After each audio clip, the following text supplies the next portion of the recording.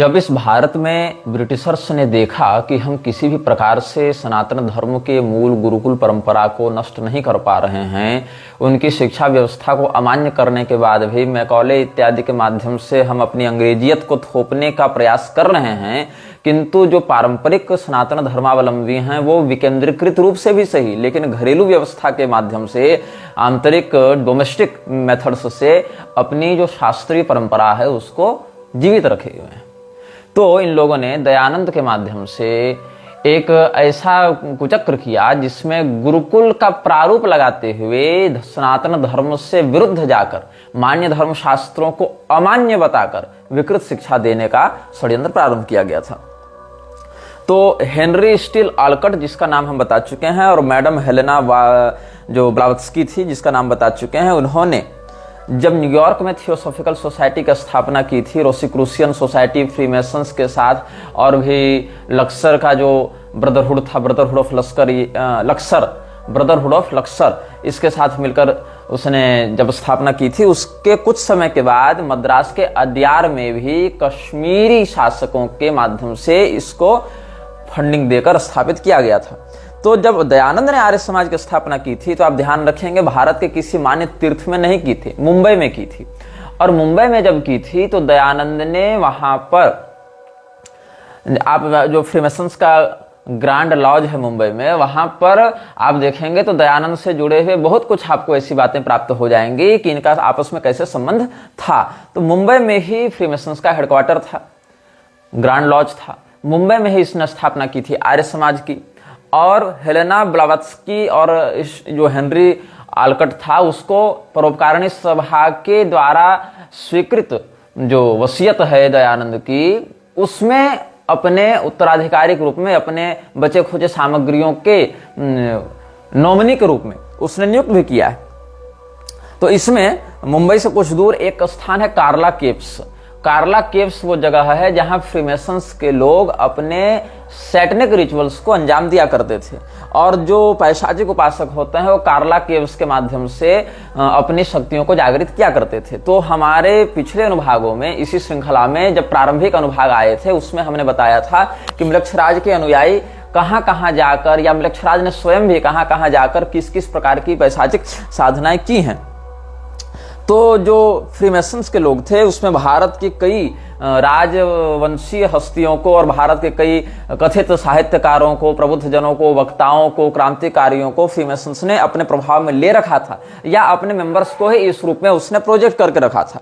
तो आर्य समाज की स्थापना भी जैसे कांग्रेस की स्थापना हुई थी, कांग्रेस की स्थापना करने वाले लोग स्वयं अंग्रेजी सत्ता के सक्रिय सदस्य रहे या सक्रिय प्रायोजक रहे, लेकिन लोगों के मन में क्या छवि डाली गई कि इंडियन नेशनल कांग्रेस तो वास्तव में भारत को ब्रिटिशर्स से आजाद करवाने वाली संस्था है, मतलब उस रूप में संघर्ष कर रही है। ऐसे ही जो फ्रीमेसन्स के सहयोग से आर्य समाज की स्थापना हुई है, आर्य समाज में भी यह छवि डालने का प्रयास किया गया कि ये तो अंग्रेजों के विरुद्ध कार्य कर रही है, जबकि अंग्रेजों के विरुद्ध कार्य नहीं कर रही थी। ये संस्था सनातन धर्म के विरुद्ध कार्य कर रही थी, और सनातन धर्म से लोगों को पहले तोड़ेगी तब तो वो ईसाईयत की ओर बढ़ेंगे।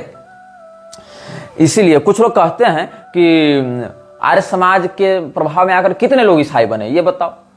इस्कॉन के प्रभाव में आकर कितने लोग जीसस के अनुयायी बने, कितने लोग जीसस का नाम ले रहे हैं, आर्य समाज के कितने लोग चर्च में जा रहे हैं। देखो, ऐसा नहीं है कि कोई आर्य समाज का सीधा ब्रांड लगाकर कहे कि हम आर्य समाजी हो गए इसीलिए चर्च जा रहे हैं, इस्कॉनीय हो गए इसीलिए चर्च जा रहे हैं। वो प्रोसेस ही नहीं है, तुम बीच के चरण को ही भूल रहे हो। आर्य समाज या इस्कॉन से जुड़ा हुआ व्यक्ति, एक खास व्यक्ति दयानंद, या एक खास देवस्वरूप जैसे भगवान कृष्ण के अलावा बाकी किसी की न बात सुनना चाहता है, न किसी को समझना चाहता है, न किसी को प्रामाणिक मानना चाहता है। तो कुल मिलाकर पहले वहां उसको स्थापित किया गया, फिर धीरे धीरे करके जो आर्य समाज की प्रवृत्ति है कि मूर्ति पूजा बंद करो और ये सब वर्णाश्रम व्यवस्था का विरोध करो, और ये मृतकों के श्राद्ध में भी जो अपनी मनमानी ये लोग करते रहते हैं, ये सब बातें जो करते हैं, या ये जो कृण्वन्तो विश्वमार्यम वाले श्रुति का अनर्थ करते हुए पूरे विश्व को ही आर्य घोषित करते हुए फिरते हैं, ये लोग तुमको पहले तुम्हारे वास्तविक कुल परंपरा से तोड़कर अपना इस्कॉनीय कल्चर में लाएंगे या अपने आर्य सामाजिक इसमें लाएंगे, और उसके बाद धीरे धीरे करके तुम्हारी मानसिकता और पीढ़ियों को 2 पीढ़ी 3 पीढ़ी 4 पीढ़ी के बाद ये जाकर ईसाईयत को ढकेलेंगे। सनातन धर्म को हटाकर मूल धारा को हटाकर जितनी संस्थाएं बनी, चाहे तुम कबीरपंथियों का नाम ले लो, चाहे तुम सिखों का नाम ले लो, जब कान सिंह ने सिखों को हम हिंदू नहीं हैं ऐसा कहते हुए अलग किया था, तो एसजीपीसी की भी जब स्थापना की थी, एसपीजीसी की जब स्थापना की थी, उसने सिखों के गुरुद्वारा का जो एक कमेटी है, जो कंट्रोल बोर्ड है, तो अंग्रेजों के माध्यम से उसको हिंदू से अलग पहचान देने के लिए इन लोगों ने कार्य किया था। तो कबीरपंथी तुम देख लो, चाहे उधर तुम वामपंथियों का सिंडिकेट देख लो, चाहे तुम कोई तरह का सभा, सोसाइटी, एनजीओ, समाज, ये सब देख लो, तो अभी इन लोगों ने जितनी भी धाराएं बनाई हैं, राधा स्वामी वालों को देख लो, या जो भी है इस प्रकार से, वो अंततः जाकर उनका जो चरम विलय है वो हिंदू धर्म के विरोधी संस्था के रूप में होता है, और वहां पर ईसाई मिशनरियां बहुत शीघ्र अपना प्रभाव स्थापित करने लग जाती हैं। तो आर्य समाज के कई मिशंस के लिए, कई कार्यों के लिए उन शासकों ने या उन संस्थाओं ने खूब डोनेशन दिया जो प्रत्यक्ष रूप से ईसाई मिशनरियों से जुड़े हुए थे और ईसाई मिशनरियों से काम करते थे। तो सैसन फैमिली जो है, जो रोथसाइल्ड के ही एक ग्रुप में आते हैं, जो कि फ्रीमेसन्स का ही एक प्रोमिनेंट मेंबर है, तो उसने क्या किया था, आर्य समाज की शुरुआती फंडिंग की थी। किसने? सैसन फैमिली ने। और जो दयानंद का महत्वाकांक्षी व्यक्तित्व रहा, उसमें संघर्ष होने लगा, क्योंकि दयानंद यह चाहता था कि थियोसॉफिकल सोसाइटी वाले दयानंद को अपने सर्वोच्च धर्म गुरु के रूप में मान्यता दें, और सनातन धर्म का हर व्यक्ति दयानंद को सर्वोच्च गुरु के रूप में मान्यता देने लगे। तो क्या हुआ, द थियोसॉफिस्ट जो पत्रिका थी, थियोसॉफिकल सोसाइटी की जो पत्रिका थी, उसमें दयानंद ने बहुत कुछ ऐसी बातें कहवानी प्रारंभ की, लिखवानी प्रारंभ की, जिससे थियोसॉफिकल सोसाइटी के लोग भड़क उठे। क्योंकि दयानंद ये चाहता था कि हमको सबसे बड़े ज्ञानी के रूप में, हमको सबसे महान व्यक्ति के रूप में स्थापित किया जाए, जबकि थियोसॉफिकल सोसाइटी से जुड़े लोग तो पूरे विश्व भर की अलग अलग रेसेज में, अलग अलग रिलीजन्स में, अलग अलग विचारधाराओं में, सीक्रेट सोसाइटीज में बटे हुए थे। लेकिन दयानंद का यह जो महत्वाकांक्षी विचार रहा कि सब लोग हमको नेतृत्वकर्ता के रूप में स्वीकार करें, उससे मूल हित टकराने लगे। तो बाद में दयानंद ने भी बहुत कुछ विरोध में लिखना प्रारंभ किया, और हेनरी जो था, हेनरी आलकट, उसने भी दयानंद को पाखंडी, धूर्त ये सब कहते हुए विद्रोही बताया। और इस प्रकार से बाद में जो लूसीफर मैगजीन जो छपती थी, ब्रिटिश मैगजीन थी ना, और लूसीफर मैगजीन जो है वही थियोसॉफिकल सोसाइटी का मुख्य पृष्ठ था यूरोपीय जगत में। तो लूसीफर मैगजीन की जो मेन एडिटर थी वो कौन थी? मैडम ब्लावत्स्की थी। और मैडम ब्लावत्स्की जो है, कुछ लोग एनी बेसेंट का नाम बीच में ले रहे थे कमेंट में, एनी बेसेंट और कृष्णमूर्ति पर भी हम आएंगे बाद में, लेकिन पहले इस विषय को पूर्ण कर लें। तो इसमें क्या हुआ कि दयानंद ने जब अपनी महत्वाकांक्षा के पूर्ण न होने की स्थिति में विद्रोह किया थियोसॉफिकल सोसाइटी से, तो थियोसॉफिकल सोसाइटी वालों ने भी उसकी पोल खोलनी आरंभ कर दी, उसके विषय में लोगों को सतर्क करना प्रारंभ कर दिया, और थियोसॉफिकल सोसाइटी से दयानंद की जो बनती थी वो समाप्त हो गई। और फिर बाद में थियोसॉफिकल सोसाइटी के ही कुचक्र के द्वारा दयानंद को मौत के घाट भी उतार दिया गया, वहां से जुड़े लोगों के द्वारा। तो जो प्रार्थना समाज है, या विवेकानंद वाले हैं, या एक रहनुमाई सभा बनाई गई थी, ये सारे के सारे, या मानव धर्म सभा बनाई गई थी, एक परमहंस मंडली बनाई गई थी, तो ये सब जितने भी तरह के एनजीओ हैं, ये सारे एनजीओ कहीं ना कहीं फ्रीमेसन्स से ही जुड़े हुए थे। और इन लोगों ने कुल मिलाकर दयानंद सरस्वती के आर्य समाज को एक आर्य समाज तो एक शुरुआती नाम हुआ उसका, लेकिन उसका जो व्यापक जो स्ट्रक्चर था, जो उसका इंस्टीट्यूशनल स्ट्रक्चर था, उसको ये लोग कहते थे आर्यन मेसोनरी।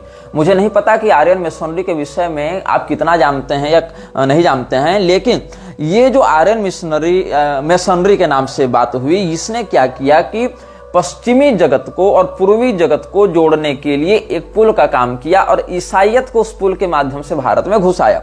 अब कौन कौन से लोग थे जो फ्री मेसन्स में थे और आर्य समाज में भी थे, और उन दोनों ने जोड़कर एक आर्यन मेसोनरी बनाई थी, आर्य समाज से और फ्री मेसन से जोड़कर एक स्ट्रक्चर उन्होंने बनाया था, जिसको ये लोग कहते थे आर्यन मेसोनरी।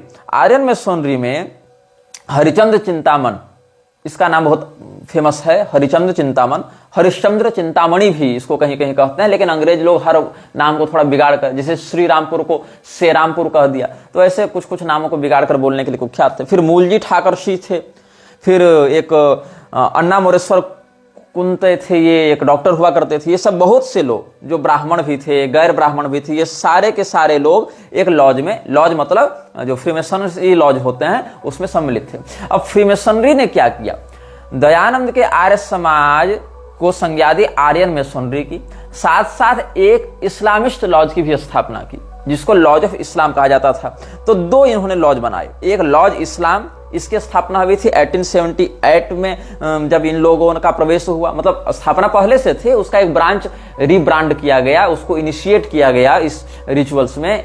और आर्यन मेसनरी का भी एफिलिएशन साथ में जोड़ा गया। तो क्या हुआ, 37 ब्राह्मणों को जो आर्य समाज के थे उनको लॉज ऑफ इस्लाम में 1878 में इनिशिएट किया गया और आर्यन मेसोनरी लॉज को भी उसी समय एफिलिएशन मिला फ्रीमेसन्स का। और ये मैं कहां से बता रहा हूं आपको, short history of the Aryan lodge in the Aryan lodge number 30 G11 centennial jubilee celebrations December 9 1978 में छपी थी ये पुस्तक। यहां से बता रहा हूं आपको, 9 दिसंबर 1978 को ये पुस्तक छपी थी, short history of the Aryan lodge in the Aryan lodge number 30 G11। इसको जब आप देखेंगे तो क्योंकि 1878 में इनकी स्थापना हुई थी, इसके 100 साल पूरे होने पर सेंटेनियल जुबिली सेलिब्रेशन, शताब्दी समारोह ये लोग मना रहे थे। तो शताब्दी समारोह में लॉज इस्लाम और आर्यन मेसोनरी लॉज दोनों की जो रिब्रांडिंग स्थापना की गई थी 1878 ईस्वी में, उसके 100 साल पूरे होने पर यह पुस्तक छापी गई थी। तो short history of the Aryan lodge जो दिसंबर 9 1978 में छपी थी, वहां आप इसका विवरण देख सकते हैं। अच्छा, इससे पहले थोड़ा सा हम चलते हैं, 1878 में इसकी स्थापना होने से थोड़े से पहले चलते हैं 1873 की ओर। 1873 में क्या हुआ, जो डिस्ट्रिक्ट ग्रांड लॉज था मुंबई वाला, तो डिस्ट्रिक्ट ग्रांड लॉज जो मुंबई वाला था उसने हिंदू मेसनरीज को, जो हिंदू मेसन से जुड़े हुए थे आर्यन मेसनरी में, उनको एक वारंट दिया गया था, एक जारी किया गया था और इस वारंट के तहत उनको अपनी रिब्रांडिंग करके आर्यन मेसनरी का नाम देना था। मतलब कि जितने भी लोग इसमें जुड़े हुए हैं फ्री मेसन्स में, उसमें वो लोग अपना एक अलग छोटा सा एक इंटरनल ग्रुप बनावें। जैसे एक ही कॉलेज में कई सारे विद्यार्थी हैं, एक ही क्लास में पढ़ रहे हैं, उनके छोटे छोटे ग्रुप बनाकर अलग अलग प्रोजेक्ट्स उनको दिए जाते हैं। तो वैसे ही ये जो फ्री मेसन्स में हिंदू लोग जुड़े हुए थे उस समय, ऐसे हिंदू लोगों को एक वारंट जारी किया गया। वारंट मतलब वो गिरफ्तारी वारंट नहीं, वारंट मतलब आज्ञा पत्र, अनुज्ञा पत्र जो प्राप्त होती है उनको, वो। तो डिस्ट्रिक्ट ग्रांड लॉज जो है बॉम्बे वाला, उस समय उसका नाम बॉम्बे था, बाद में मुंबई उसको रीनेम किया गया था। तो बॉम्बे का जो डिस्ट्रिक्ट ग्रांड लॉज था, वहां से एक टेम्पररी वारंट जारी किया गया था हिंदू मेसन्स के लिए 1873 ईस्वी में, कि आप लोग एक नया मतलब एक रीब्रांडिंग इसकी करें, एक नया इंटरनल ग्रुप बनाएं आर्यन नाम से। और आर्यन ग्रुप जो है उसको जब इन्होंने 4 साल चलाकर देखा कि हाँ भाई ये कर रहा है कि नहीं काम अपना, इसकी सक्रियता क्या है, तो उसको फिर कॉन्स्टिट्यूएट किया गया, उसको संवैधानिक मान्यता दी गई फ्रीमेसन्स के द्वारा। कब दी गई? 1877 में। और इससे क्या हुआ, इसका जो फाउंडिंग मेंबर था वो कौन था? इसका फाउंडिंग मेंबर था एडवर्ड टायरल लीथ। एडवर्ड टायरल लीथ जो इसका फर्स्ट लॉज मास्टर था। और इसमें फिर दूसरा व्यक्ति था जोसेफ एंडरसन। तो doctor Joseph Anderson and Edward Tyrrell Leith were the founding members of Hindu Masonry under the constitutions of District Grand Lodge of Bombay, which was operating under the branch of Freemasonry. अब इसके बाद क्या हुआ, बाल मंगेश वागले जो Mumbai high court के प्रथम initiated अधिवक्ता रहे थे, मुंबई हाईकोर्ट के प्रथम मान्यता प्राप्त अधिवक्ता कौन हुए? बाल मंगेश वागले। और ये भी इसमें थे। इसके अलावा शांतराम नारायण और घनशरण नीलकंठ नादकर्णी इनका नाम आता है। ये सभी हाईकोर्ट के ही जुड़े हुए लोग थे। और शांतराम विठल सांसगिरी, डॉक्टर आत्माराम पांडुरंग तारखद, हरिचंद्र चिंतामण जिनका नाम हम बता चुके थे, ये सब भी थियोसॉफिकल सोसाइटी ऑफ इंडिया के फर्स्ट लॉज मेंबर्स रहे हैं। और ये सब आर्य समाज से भी वहां पर जुड़े हुए थे। तो क्या हुआ कि जब ये आर्यन मेसोनरी का उदय हुआ और यहां से इनको रेगुलेट करके फिर फ्री मेसोनरी की मुख्य धारा में जोड़ा जाता था, तो इन लोगों ने मुंबई की अर्थव्यवस्था में, सामाजिक संरचना में, राजनीतिक संरचना में बहुत अधिक प्रभाव डाला है और बहुत अधिक उसको मैनिपुलेट किया है। अब इसमें 3 लॉज सबसे पहले बनाए गए थे। Hindu lodge, Islam lodge and Parsi, इसमें हिंदू, मुसलमान और पारसी तीनों को लाया गया था। और इसमें जो पारसी वाला था वो फिरोज शाह मेहता के द्वारा किया गया था। और इसमें लॉज राइजिंग स्टार लॉज इसको नाम देते थे। फारसियों का जो लॉज था उसको लॉज ऑफ राइजिंग स्टार ये लोग नाम देते थे। अच्छा, राइजिंग स्टार जो है, मॉर्निंग स्टार या राइजिंग स्टार, ये सब लूसीफर के लिए भी बताए जाते हैं टर्म्स। और लूसीफर कौन है आप लोग जानते होंगे। तो पारसियों को, जिसमें फिरोज शाह मेहता का नेतृत्व था, उस व्यक्ति के माध्यम से राइजिंग स्टार लॉज को इनिशिएट किया गया। उसके बाद आपको हम अधिवक्ताओं का नाम बता चुके हैं, उनके माध्यम से आर्यन लॉज को इनिशिएट किया गया।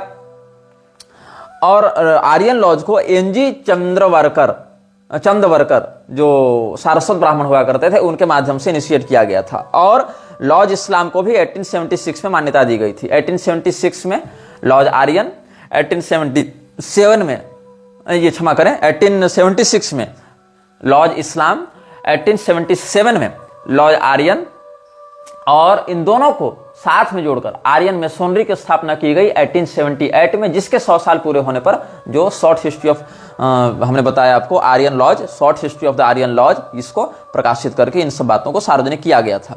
अच्छा, इसमें क्या हुआ, जो लॉज इस्लाम था जिसकी स्थापना 1876 में हुई, उसमें केवल मुसलमान रहेंगे ऐसा नहीं। जो लॉज आर्यन है 1877 वाला, उसमें केवल हिंदू रहेंगे ऐसा नहीं। आर्यन शब्द से यहां पर सदर्न एशिया का टर्म था।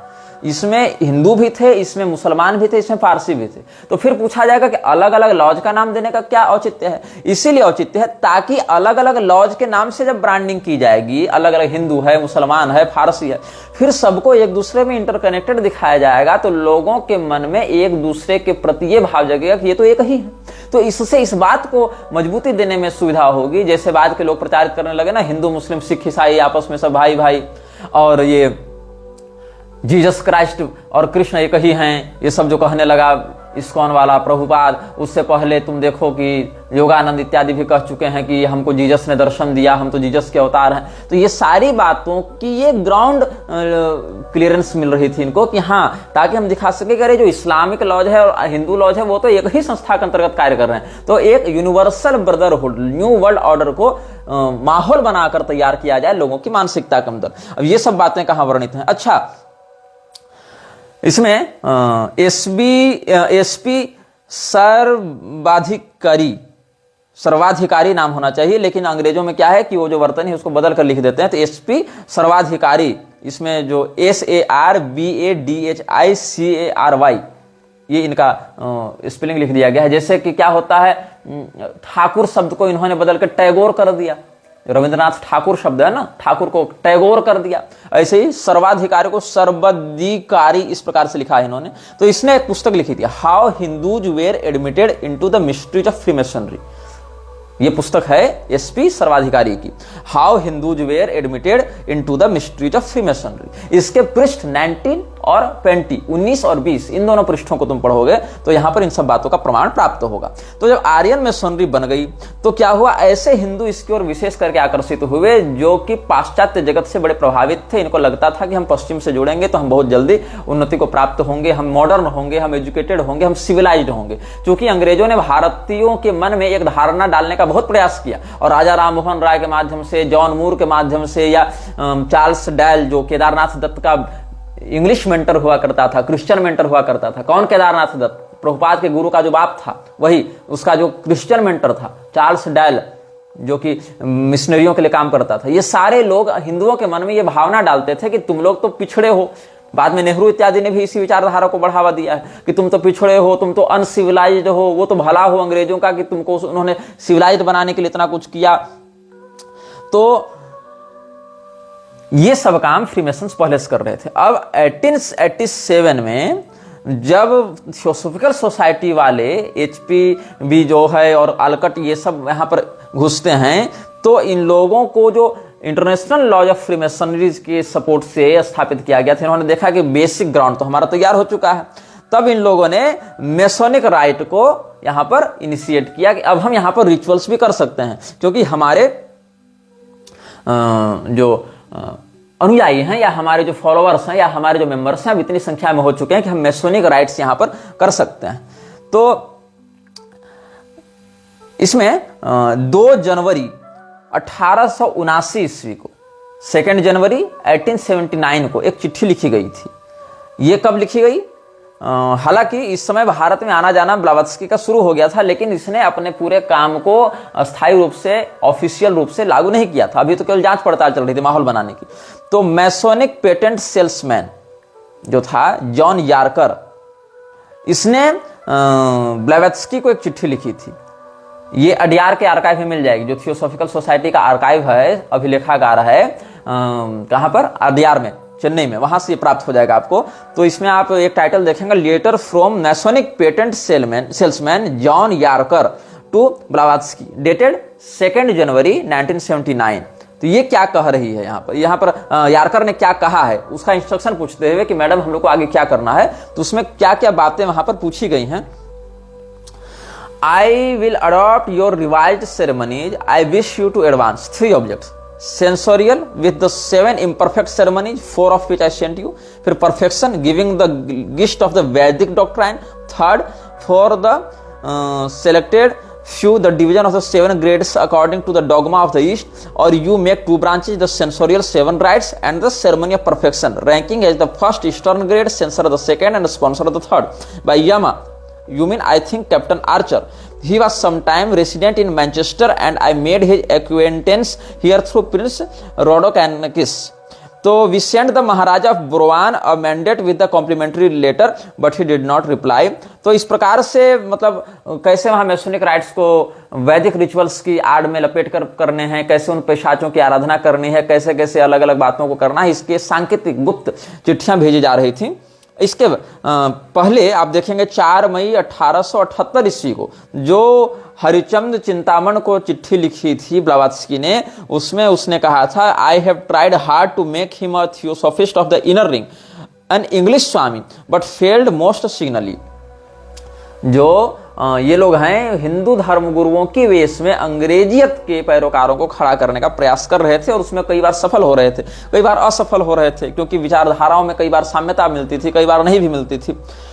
तो ये सब है। आगे आप देखेंगे तो एक पुस्तक है अ लेटर बाय ब्लावत्स्की, जो कि 1974 में प्रकाशित, 1947 में 1947 में प्रकाशित हुई थी। उसमें मेनरी पी हॉल ने ये सब वर्णित किया है कि मैडम ब्लावत्स्की ट्रिब्यूट थियोसोफिया मई जून में छपी थी ना 1947 में, उसके 10वें 11वें पृष्ठ में देखो, they are members of an occult brotherhood, not of any particular school in India. Its origin is of untold antiquity and is as much Masonic as present Masonry is little Masonic. ये सब बातें इसने कही हैं। तो दयानंद सरस्वती की हम बात कर रहे थे। दयानंद सरस्वती जो है उसको ये कहते थे महात्मा दयानंद, जो ब्लावत्स्की थी उसको महात्मा वाली श्रेणी में रखती थी। तो ये महात्मा जो था ये व्हाइट ब्रदरहुड लॉज का सदस्य था। इसका वर्णन कहां मिलेगा? तो आलकट ने ओल्ड डायरी लीव्स लिखी है, उसका वॉल्यूम 1 देखोगे, पेज 468 से 469 तक। तो हेनरी आलकट की पुस्तक ओल्ड डायरी लीव्स, यहां पर आपको इसका वर्णन मिल जाएगा। और हम पहले भी बहुत सी पुस्तकों का रेफरेंस आपको दे चुके हैं कि हम ये सब बातें कहां से बता रहे हैं। लोग कमेंट में पूछते हैं कि कहां से पढ़ें इन बातों को, तो इन सब भी पुस्तकों का हम आपको नाम बताते जा रहे हैं, एडिशन बताते जा रहे हैं, और ध्यान आता है तो पृष्ठ संख्या भी बता देते हैं। हालांकि पेज नंबर मैं कम बताता हूं क्योंकि अलग अलग एडिशंस में 1 2 4 ऊपर नीचे हो जाती है बातें, फॉन्ट के साइज पर और उसके ट्रिमिंग साइज पर, लेकिन बता दे रहा हूं इतना। तो इसने क्या दावा किया था कि हम जो, अच्छा ये जो हम बता रहे थे आपको, Dayanand Saraswati who was considered a Mahatma and member of the White Lodge by Blavatsky and Alcott is supposed to have compiled a ritual for the use of the London and New York Theosophical Society.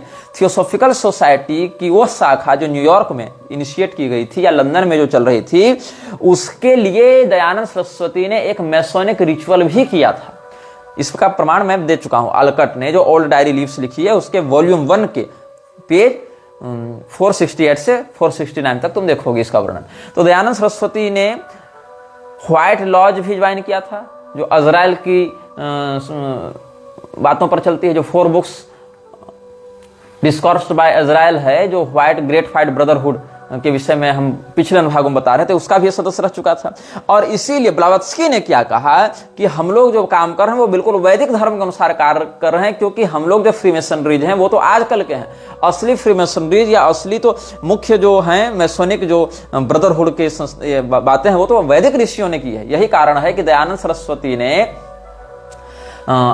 यह सोचा कि यदि हम केवल ऋषि महर्षियों की बात करते हैं तो उनके द्वारा ग्रंथों को मान्यता देनी पड़ेगी। इसलिए बहुत से ऋषियों को इसने ऋषि ही नहीं माना, बल्कि अग्नि, वायु, सूर्य इत्यादि को अलग अलग प्रकार के ऋषियों के रूप में इसने डिनोट किया, और बाद में स्वयं को महर्षि के रूप में प्रचारित करने, स्थापित करने या अनुयायियों के द्वारा इस प्रकार से मान्यता दिलाने का प्रयास ये लोग करते रहे हैं। तो एक पुस्तक है जो 1880 में छपी थी, 7 अप्रैल 1880 में छपी थी, दयानंद के ही समकालीन पुस्तक है, the theosophical society of universal brotherhood in the theosophist. जो ये जो लेख है ये थियोसॉफिस्ट पत्रिका में छपता था।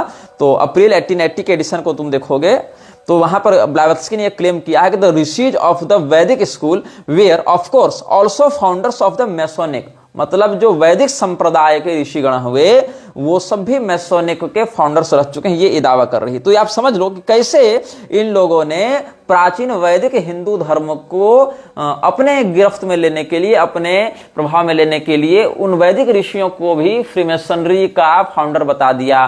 कैसे इन लोगों ने संजार भाषा को संस्कृत को बदलने के लिए, मतलब संस्कृत को प्रतिस्थापित करने के लिए संजार भाषा का प्रयोग किया, नकली भाष्य लेकर आ गए, ब्रह्म भाष्य इत्यादि को इनिशिएट करने का प्रयास किया।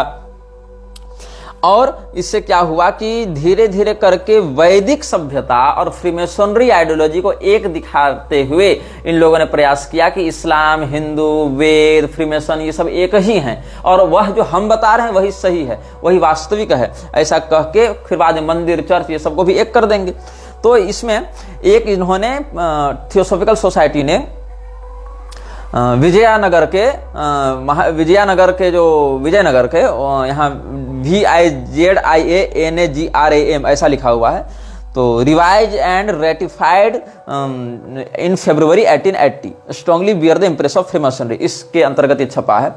17 दिसंबर 1879 ईस्वी को छपा था, और फिर बाद में 3 महीने बाद ही फरवरी 1880 में इसको रिवाइज किया गया, इसको फिर से शोधित किया गया। क्या है? प्रिंसिपल्स, रूल्स एंड बायलॉज, जो बायलॉज है TS का, इसको विजयनगर के महाराज का बनारस वाला जो महल था, बनारस में इनका जो महल था, वहां पर इसको स्थापित किया गया, वहां पर इसको लागू किया गया था। तो इस सोसाइटी को क्या कहा गया? Upon the basis of a universal brotherhood of humanity. हम जो लाए हैं ये नियमावली, ये क्या है? एक वैश्विक ब्रदरहुड को, वैश्विक भ्रातृत्व को लागू करेगी। और यही विश्व भ्रातृत्व की बात ये लोग वसुधैव कुटुंबकम या कृण्वन्तो विश्वमार्यम की आड़ में चलाने का प्रयास कर रहे थे।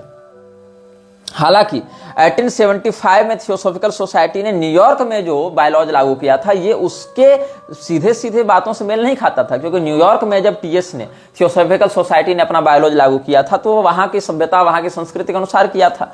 भारत में आने के बाद उसकी अलग अलग दिमागें खुलने लगी, उसकी बुद्धि की परतें खुलने लगी और लोगों के भी साथ वो घुलने मिलने लगे, तो यहाँ की सभ्यता, संस्कृति, लोगों की विचारधारा अपेक्षा से ये लोग अवगत होने लगे। तो उसका एक रिवाइज्ड एंड रेटिफाइड वर्जन उन्होंने 1880 में लॉन्च किया था वाराणसी में, विजयनगर महाराज का जो किला हुआ करता था वहां पर जो उनका महल था वहीं पर ये सब किया गया। तो इन्होंने क्या किया? फ्रीमेसनरी के ही मुख्य धारा के अंतर्गत जो इंटरनल ग्रुप TS ने बनाया था, यहां पर इन्होंने 3 डिग्री की स्थापना की थी। जो 3rd डिग्री था वो सबसे कम, फिर उसको 2nd, फिर उसके ऊपर 1st डिग्री। और एक बार जब ये इनिशिएशन हो जाता था, इस बायोलॉजी में क्या लिखा हुआ है? Once initiated the new theosophist was to be invested with the secret science, words and tokens by which theosophists of the 3rd section make themselves known to each other, a solemn obligation upon honour having first been taken from him in writing and subsequently repeated by him orally before witnesses, that he will neither reveal them to any improper person nor divulge any other matter or thing related to the society। अब इसने क्या किया कि जितने भी इसके members हुआ करते थे, जिसमें दयानंद भी एक मेंबर हुआ करता था, उसमें 3 डिग्रीज को बांटा गया। एक थी 3rd डिग्री, फिर 2nd डिग्री, फिर 1st डिग्री। और जैसे उसको इनिशिएट किया जाता था उन डिग्रीज में, फ्रीमेसनरी में तो 33 है, लेकिन यहां पर 3 डिग्री में उसको बांटा गया, क्योंकि उसका इंटरनल ग्रुप हुआ करता था। तो हर व्यक्ति को, हर मेंबर को एक सीक्रेट कोड दिया जाता था, हर व्यक्ति को एक साइन दिया जाता था, उसको कुछ गुप्त संकेत भाषाएं सिखाई जाती थी, ताकि साइंस, वर्ड्स, टोकन्स इनका प्रयोग करके वो एक दूसरे से संवाद स्थापित कर सकें और ये बातें उन व्यक्तियों तक न पहुंच सकें। ये सारी बातें इनक्रिप्टेड हो गई ना, तो इनक्रिप्टेड बातों को दूसरा गैर मेंबर तो नहीं पकड़ पाएगा, जो उसका संगठन का व्यक्ति नहीं है वो तो पकड़ नहीं पाएगा इन विषयों को। इसीलिए इन लोगों ने ऐसा किया। और इसमें जो अवधारणा है ईश्वर की, वो कहा कि ईश्वर एक है और ईश्वर ही पूरे मानवता का निर्माता है, इसीलिए हम केवल उसकी आराधना करते हैं और किसी की नहीं करते हैं। अब आप देखिएगा इसमें और है, creeds and modes of worship may differ, but the idea that God is one is common to the whole race, and in the love of God common to humanity is to be found that harmony which it is the mission of the universal religion not only to preach but which it strives to make an actually of life. Saints therefore ask you to look beyond yourselves to a center that is within yourself. इस प्रकार से अब ये सब कहाँ मिलेगा आपको? Universal brotherhood, universal love and universal religion. हम पूरे विश्व की एक भ्रातृत्व भावना, पूरे विश्व में एक प्रेम की भावना और पूरे विश्व में एक धर्म की भावना हम लाना चाहते हैं। ये कहाँ मिलेगा? जो एसजी चंदवरकर का हमने आपको नाम लिया, जो आर्यन मेसोनरी का लॉज मास्टर हुआ करता था, सारस्वत ब्राह्मण था ना, इसका पूरा नाम था नारायण गणेश चंदवरकर। तो इस व्यक्ति ने सोशल रिफॉर्म एसोसिएशन में जाकर, समाज सुधार एसोसिएशन इन्होंने बनाया था ना मंगलौर में, सोशल रिफॉर्म एसोसिएशन मंगलौर के अधिवेशन में यह बात बताई थी 1900 ईस्वी में 1900। और इसको नोट कहां किया गया? Speeches and writings of sir Narayan Ganesh Chandavarkar. इसमें तो इसमें इन लोगों ने क्या बात की है कि ये जो सोशल रिफॉर्मर्स थे, इन्होंने इस्लाम पर कुछ नहीं कहा, इन्होंने ईसाइयत पर कुछ नहीं कहा, इन्होंने कहां पर कहा? इन्होंने केवल हिंदू धर्म को विकृत दिखाया, केवल हिंदू धर्म में सुधार की बातें कही। इन लोगों ने ऐसा किया। अथवा अगर इस्लाम और ईसाइयत के विषय में कहीं कहीं दबे छुपे भाव से अगर कुछ कहना भी चाहा, क्योंकि दयानंद ने कुछ कुछ बातें वहां आक्षेप की हैं, 13वें 14वें समोल्लास में जो बातें कही गई हैं, हालांकि वो सत्यार्थ प्रकाश के पहले एडिशन उसमें नहीं है, लेकिन आर्य समाज कहता है कि देखो हमने उन पर भी बात की है। तो दयानंद सरस्वती को कभी भी इस्लाम या ईसाइयत का सुधारक क्यों नहीं दिखाते हैं? लोग हिंदुओं के ही ऊपर दयानंद को क्यों थोपने का प्रयास करते हैं कि दयानंद सरस्वती ने हिंदू धर्म की कुरीति को समाप्त किया, कुप्रथा को समाप्त किया? क्योंकि देखो ये लोग विश्व बंधुत्व की आड़ में केवल सनातन धर्म को क्षति पहुंचाना चाहते थे, इसलिए इनकी आपस की सारी बातें मिलती हैं। जैसे कि इस्लाम, ईसाइयत या आर्य समाज, ये सब ईश्वर के सगुणावतार को नहीं मानते हैं, ये सब मूर्ति पूजा को नहीं मानते हैं, ये सब जन्मना वर्ण व्यवस्था को नहीं मानते हैं, ये सब अपने मान्य धर्म शास्त्रों में केवल एक को ही मानते हैं, जैसे कि वेद, जैसे कि बाइबल, जैसे कि कुरान। उसमें भी ये समस्या क्या है कि ये लोग वेद इत्यादि में भी उन बातों को आर्य समाज वाले नहीं मान रहे हैं जिन बातों से इनका खंडन हो जा सकता है, उन बातों को अप्रामाणिक कह देते हैं, वेद के भाग के रूप में स्वीकार नहीं करते हैं, पुराणों की हालत तो और बिगाड़ रखी है, उनको तो प्रमाण ही नहीं मानते हैं किसी भी अंश में। हालांकि आर्य समाज ये पौराणिक कथाएं भी करने लगे हैं, भागवत कथा भी कर रहे हैं, सत्यनारायण कथा भी कर रहे हैं, तुम यूट्यूब में देखकर कई वीडियो देख सकते हो। ईसाई भी उधर ईसा मसीह का सहस्त्रनाम निकाल रहे हैं, ईसा अभिषेक करवा रहे हैं, ईसा की रथ यात्रा करवा रहे हैं, चर्च के ऊपर कलश और क्रॉस लगाने लगे हैं, क्रॉस के साथ कलश लगवाने लगे हैं, ताकि हिंदुओं को यह दिखाया जा सके कि हम और तुम अलग नहीं हैं, और फिर हिंदुओं को अपना शिकार बनाया जा सके। तो दादा भाई नौरोजी और दादा भाई नौरोजी, एनी बेसेंट, ये सब फ्रीमेसनरी के ही सदस्य थे। और 1893 में जो नौरोजी ने कहा है, दादा भाई नौरोजी ने कहा है, वो लॉज यारबोरोफ जो है, कोई स्थान होगा, इन लोगों का एक लॉज है, वहां 25 साल पहले जो बातें कही गई, उन्हीं बातों को यहां फिर इनिशिएट किया गया था दादा भाई नौरोजी के द्वारा। क्या कहा गया इसमें, मैं पढ़कर सुनाता हूं आपको। ये कहां मिलेगा? 1915 में एक पुस्तक छपी थी, the story of the national Congress told from official records, Adyar theosophical publishing house से ये 1915 में छपी है पुस्तक। इसके पृष्ठ 165 में, कौन सी पुस्तक? The story of the national Congress told from official records. यहां जो पृष्ठ 165 है, ये पुस्तक छपी थी अडियार थियोसॉफिकल पब्लिशिंग हाउस से 1915 में। यहां पर क्या कहते हैं The day I hope is not distant when the world will see the noblest spectacle of the great nation like a British holding out the hand of true fellow citizenship and of justice to the vast mass of humanity of this great and ancient land of India with benefits and blessings to the human race. समझ रहे हो कितना महान राष्ट्र था Britain in लोगों के लिए, और ब्रिटेन कितने उदारता और मानवतापूर्ण तरीके से भारत के लिए अपना मैत्री का हाथ बढ़ाकर उसको विकसित और सिविलाइज बनाएगा। ये सब बातें किसने कही हैं? दादा भाई नौरोजी ने, जो इंडियन नेशनल कांग्रेस को प्रेसिडेंशियल हैसियत से एड्रेस कर रहे थे 1893 में, और इसने वही सब बातें दोहराई हैं जो लॉर्ड यारबोरो में फ्रीमेसन्स कह चुका था। अब इंडियन सिविल सर्विसेज में भी एक और है, ब्रिस्टल गार्जियन न्यूज़पेपर में आप पढ़ेंगे 1868, जो लॉर्ड यारबोरो में दादा भाई नौरोजी ने जो भाषण दिया था वो कहाँ छपा था? 1868 में, जो 25 साल पहले वाली बात हमने बताया ना आपको।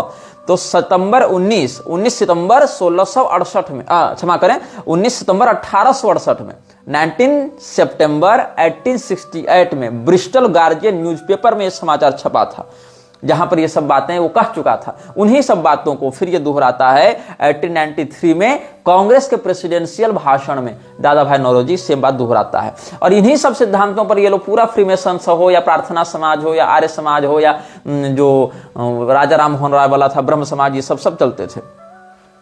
तो इन लोगों ने क्या किया कि क्रिश्चियनिटी को जब ये लागू नहीं करवा पा रहे थे सीधे सीधे रूप में, तो इन्होंने पारंपरिक हिंदुओं को ही आपस में तोड़ना आरंभ किया।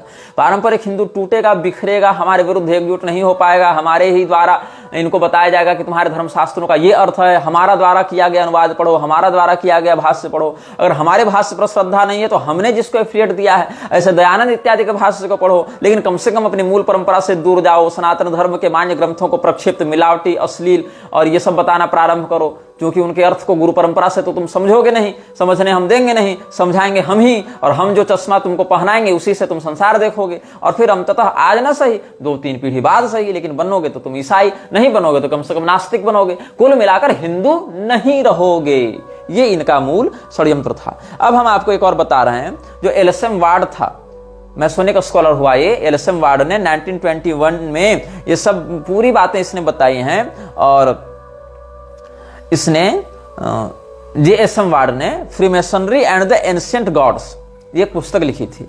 ये पुस्तक 1921 में इसने सार्वजनिक की थी, और freemasonry and the ancient gods ये जो वार्ड ने पुस्तक लिखी थी, इसके पृष्ठ 344 में तुम देखना, तो यहां पर ये क्या लिखता है? The preserver whether they call him the Modi or speak of the Christ return to earth as the sun in his heat and glory from his throne in the azure sky sucks up the mist and dew, whether they hail him by Buddha's name and returning them to earth, or Kalki of Vishnu sprung renews the verdant plain, they tell us a truth for all the same, so the Lord of death and birth and by every mystic song returns to us again। ये सब बातें इसने कही है कि जो कल की अवतार हैं, या जो मैत्रेय बुद्ध हैं, या सेकंड कमिंग ऑफ जीसस हैं, ये सब हम लोग एक ही रूप में देखते हैं। अब इसमें सेकंड कमिंग ऑफ जीसस के नाम से इन्होंने कृष्णमूर्ति को भी बढ़ाने का प्रयास किया था, लेकिन जब कृष्णमूर्ति पर आएंगे तब उस विषय पर हम चर्चा करेंगे। तो वीसी बनर्जी और रास बिहारी घोष इत्यादि भी जो कांग्रेस के सदस्य रहे, या कम से कम आधिकारिक रूप से उसके सिंपैथाइजर रहे, उसके सहानुभूति व्यक्त करता रहे, या जो कांग्रेस के समर्थक बने रहे, उन लोगों ने भी इस बात को कहा था कि सभी जाति, सभी धर्म, सभी नस्ल, सभी राष्ट्रीयता के लोग एक बैनर तले आवे और हमारे grand teaching of our order को प्रैक्टिकली इफेक्ट में लाने में सहयोग करें। तो इन लोगों ने सदैव एक यूनियन देखा है, ब्रिटेन और भारत के यूनियन को इन्होंने देखा है। मतलब इन लोगों ने राजा राम मोहन राय से लेकर रास बिहारी घोष, ये सारे लोगों ने एक कल्पना की है कि ब्रिटेन और भारत कभी अलग नहीं हो, ये दोनों एक रहें, जिसमें सांस्कृतिक रूप से ब्रिटेन भारत के ऊपर अपना प्रभाव छोड़ता रहे। और इसीलिए इन लोगों ने ब्रिटिश राज का बहुत सम्मान किया, ब्रिटेन के शासन का, ईसाई मिशनरियों का बहुत सम्मान किया, और ईसाई मिशनरियों के पक्ष में खुलेआम इन्होंने हिंदुओं का विरोध कई बार किया है। तो लॉर्ड जिटलैंड जो था, जो इंग्लिश ग्रैंड मास्टर था फ्रीमेसनरी का, और उसका जो डेप्यूटी था लॉर्ड रिपन, ये 1860 में ये लोग काम कर रहे थे यूनिवर्सल ब्रदरहुड को लागू करवाने में, और बंगाल में इन लोगों ने अपना हेडक्वार्टर खोला था 1860 में ही। तो इसमें आप देखेंगे तो 1860 में जो फ्रीमेसनरी बंगाल में कार्य कर रही थी, उससे पहले बंगाल में फ्रीमेसनरी के कार्य को स्थापित करने के लिए सेरामपुर ट्रियो लगा हुआ था। सेरामपुर ट्रियो का ही ऑफस्प्रिंग आप मान सकते हैं राजा राममोहन राय को। ये लोग आपस में एक दूसरे को ब्रदर इत्यादि कहा करते थे ना।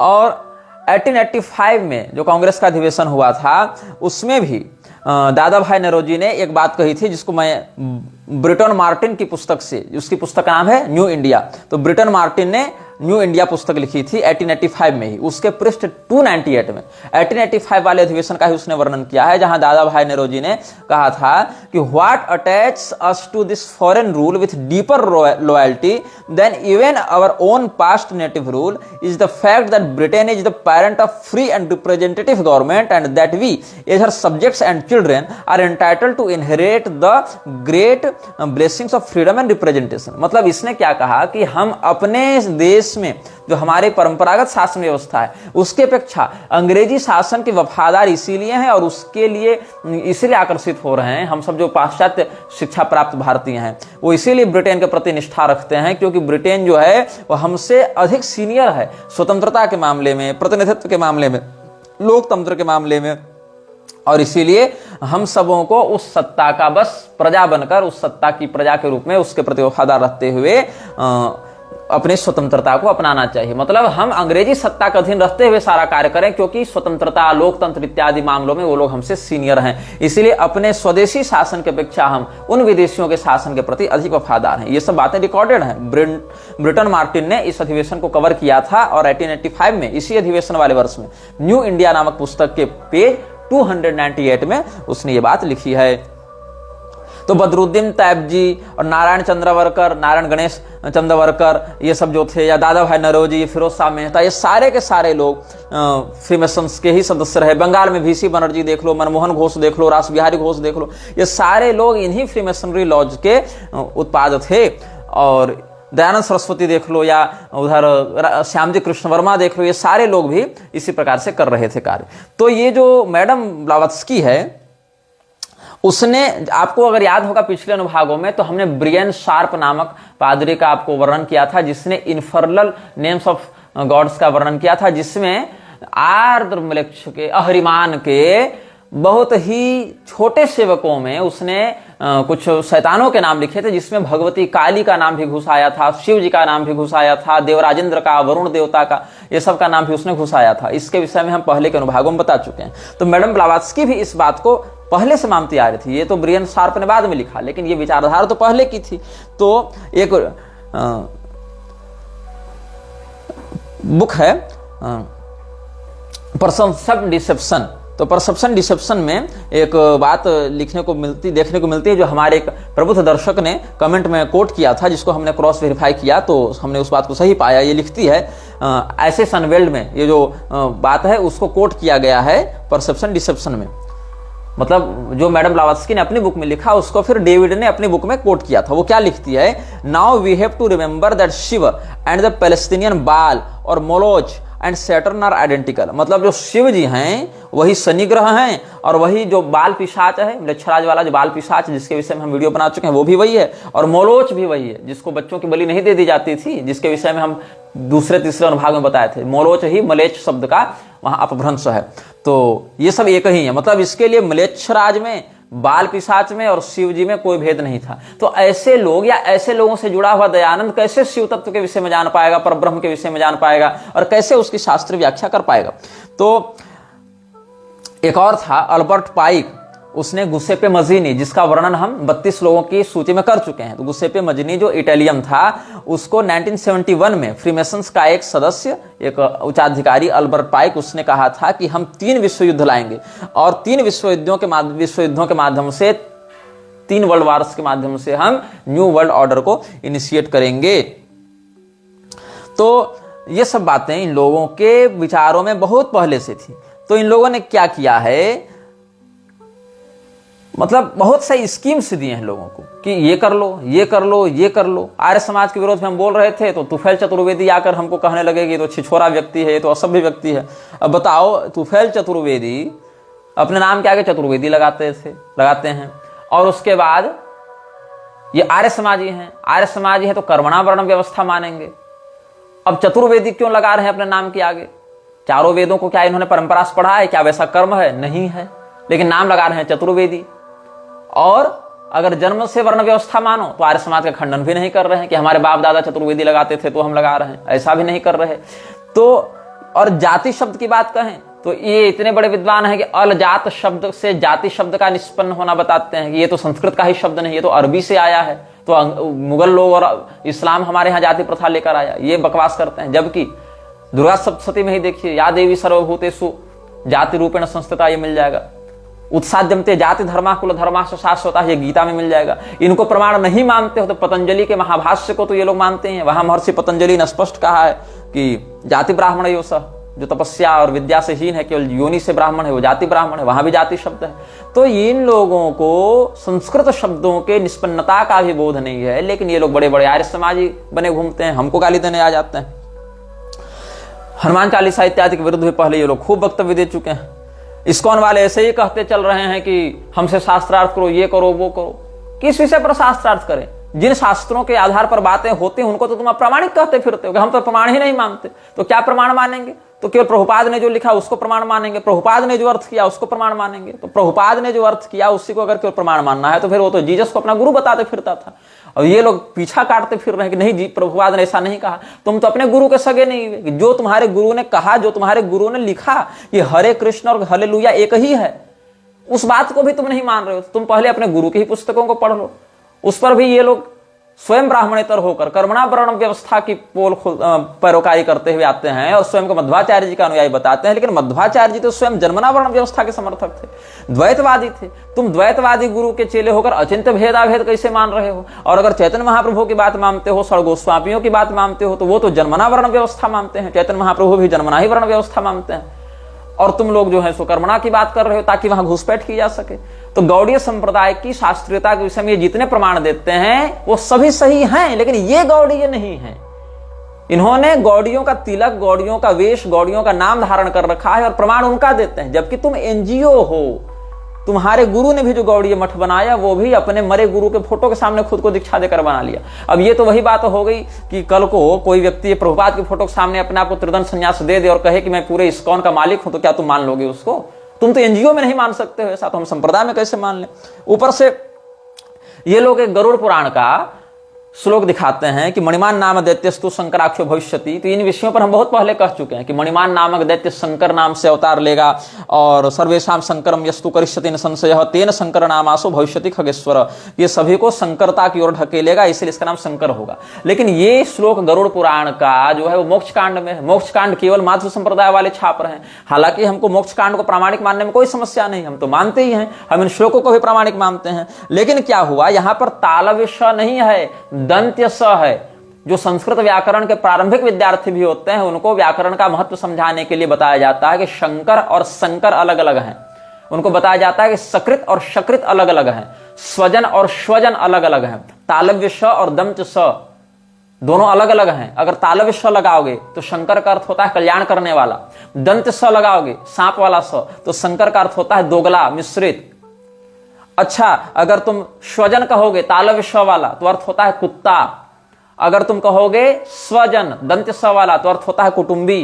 तो कुत्ता और कुटुंबी में कोई अंतर है कि नहीं? शिव और दोगला में कोई अंतर है कि नहीं? श्लोक में तालव्य श वाला शंकर शिव जी वाला शंकर नहीं है, सांप वाला, दोगला वाला, वर्ण शंकर वाला शंकर है और वो समूह को मिश्रित कर देगा। जबकि आदि शंकराचार्य जी ने अपने भाष्यों में वर्ण व्यवस्था की विशुद्धि पर ध्यान दिया है, जोर दिया है। उन्होंने संकरता का समर्थन नहीं किया, संकरता का विरोध किया है। ऊपर से शास्त्रों ने उनको शिवावतार बताया है और तालव्य श का प्रयोग किया है। यहां पर श्लोक में ही दंत्य स का प्रयोग है कि मणिमान नामक कोई दैत्य कालटी में ही, लेकिन संकरता फैलाने के लिए दंत स वाला शंकर बनकर आएगा। इस पर नारायण पंडित ने बाद में खूब खींचतान करके अर्थ का अनर्थ करते हुए मणिमंजरी लिख डाली कि नहीं, ये तो वही वाले शंकराचार्य हैं। शंकर वाला और शंकर वाला भेद ही नहीं समझ में आ रहा है इन लोगों को। हाँ, ग्राम्य गिरा में शंकर सुवन केसरी नंदन ये सब बोलने के लिए जन सामान्य उतना विशुद्ध उच्चारण नहीं करता, इसलिए ग्राम्य गिरा में गोस्वामी जी ने कहीं कहीं दंत स का प्रयोग इस प्रकार से किया है, तालव्य स के स्थान पर दंत स का प्रयोग कर दिया है, लेकिन वहां अर्थ वही है, उनका अभिष्ट दूसरा है। यहां पर संस्कृत में जो है वहां एक बिंदु अनुस्वार में बदल जाने से अर्थ बदल जाता है। मित्र कहोगे और मित्रम कहोगे तो अंतर हो जाएगा। मित्रम कहोगे तो अर्थ होगा दोस्त, सखा, और मित्र कहोगे तो अर्थ होगा सूर्य। स्वजन कहोगे तो अर्थ होगा कुत्ता, स्वजन कहोगे तो अर्थ होगा कुटुंबी, शंकर कहोगे अर्थ होगा शिव, कल्याणकर्ता, और अगर शंकर कहोगे अर्थ होगा ये दोगला, मिश्रण। इसलिए शंकरो नरकाय एव कुलघ्नानाम कुलस्य च। अर्जुन ने कहा कि ये जो वर्ण संकरता है वो लोगों को नरक में ढकेलेगी। यहां पर मणिमान दैत्य के अवतार में शंकर है, तालव्य नहीं, दंत स है। तो तुमको श्लोक के एक अक्षर पर भी चिंतन नहीं जा रहा है, तुमको करना है शास्त्रार्थ। क्या करने, तुम्हारे गुरु ने जो कहा हमने 9 एपिसोड में कहा है, तुम्हारे गुरु ने जो कहा, तुम्हारे गुरु ने जो माना, और उसका जो दुष्प्रभाव है वो हमने पहले ही व्यक्त कर चुका है। अब एक एक व्यक्ति से हम भिड़ते चले तो इसके लिए हम थोड़े पैदा हुए हैं कि हर 2 टके का व्यक्ति उठकर शास्त्रार्थ करने आ जावे। शास्त्रों को पहले प्रामाणिक तो मानना तुम लोग सीख लो, देवताओं की निंदा तो करना छोड़ दो। पहले तो परंपरा ही पता चल जावे कि तुम्हारी क्या है। इनिशिएशन में तुम लोगों ने मरे गुरु के फोटो के सामने ले रखा है, तुमसे किस बात का शास्त्रार्थ? तुम तो दंड के अधिकारी हो, चर्चा के अधिकारी ही नहीं हो। आगे के अनुभागों में हम और विशेष करके इन सबों की पोल खोलेंगे। यह वीडियो जल्द ही हटा दिया जा सकता है, कृपया थर्ड पार्टी ऐप्स का उपयोग करके डाउनलोड करें। आप इस वीडियो को अपने चैनल पर फिर से अपलोड भी कर सकते हैं।